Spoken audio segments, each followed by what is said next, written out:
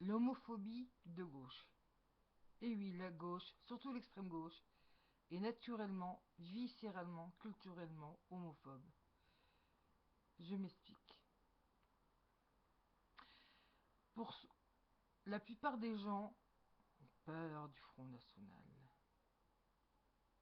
Surtout pour les droits des personnes homosexuelles, hommes et femmes, bisexuels, hommes et femmes, transsexuels, hommes et femmes.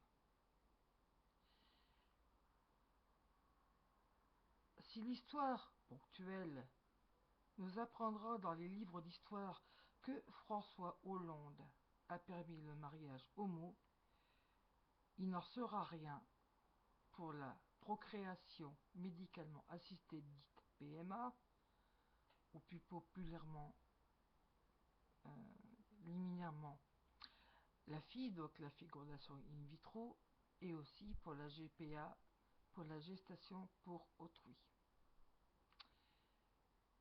Pour le système communiste, le fait même de l'homosexualité est exactement comme pour les religions, l'extrême droite, bref, pour toute forme de société, de dogme, etc., qui ont besoin d'un maximum de représentants de l'espèce humaine pour se répandre, exister, croître et s'accroître.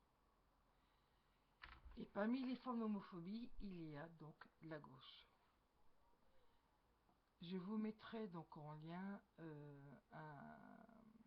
un lien qui franchement parle bien de l'homophobie de l'extrême gauche, dont notamment du front de gauche, avec ce mouvement qui, selon moi, devrait être interdit par la loi, le fameux mouvement des indignés, qui est une indignité nationale pour notre culture, notre pays et notre civilisation. Et vous rappelez quelques faits. Il se trouve que dans ma vie, j'ai été traductrice bénévole pour la reconnaissance de la déportation homosexuelle. Et il faut savoir que les premiers à casser du PD furent les communistes dans les camps de concentration. Et aussi par la dénonciation de communistes, ce sont eux qui majoritairement dénonçaient pour homosexualité des gens, parfois même simplement sur une rumeur, et qui aboutissaient dans les camps de la mort. Par exemple, Dachau pour les hommes, et pour les femmes, c'était Auschwitz ou Ravensbrück. Enfin, il y a aussi un autre fait dont on ne parle jamais. Et d'ailleurs, vous aurez toutes les peines du monde à en trouver des informations sur Internet. C'était les fameux commandos dits de balles rouges, de conversion à l'hétérosexualité de force par le viol,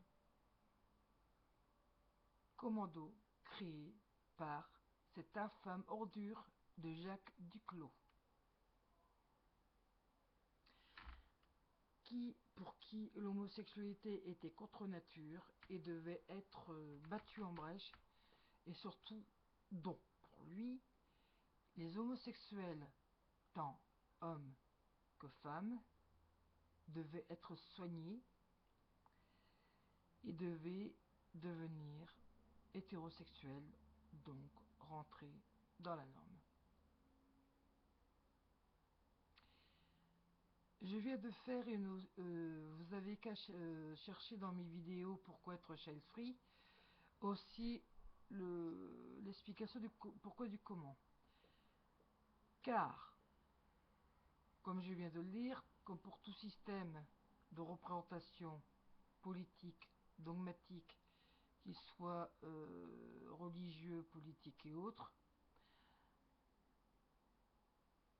une structure entre guillemets humaine de pensée a besoin de nouveaux éléments humains, donc de naissance d'êtres humains, pour s'épandre, se répandre, croître et s'accroître.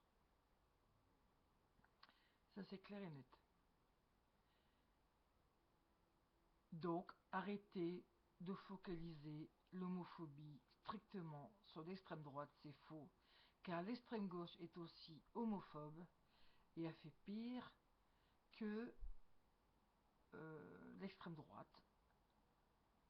Et aussi, donc, il faut arrêter d'angéliser le fait que qui dit dans la conscience collective être de gauche, dit être progressiste, dit pour le droit de tout le monde, ce n'est pas vrai.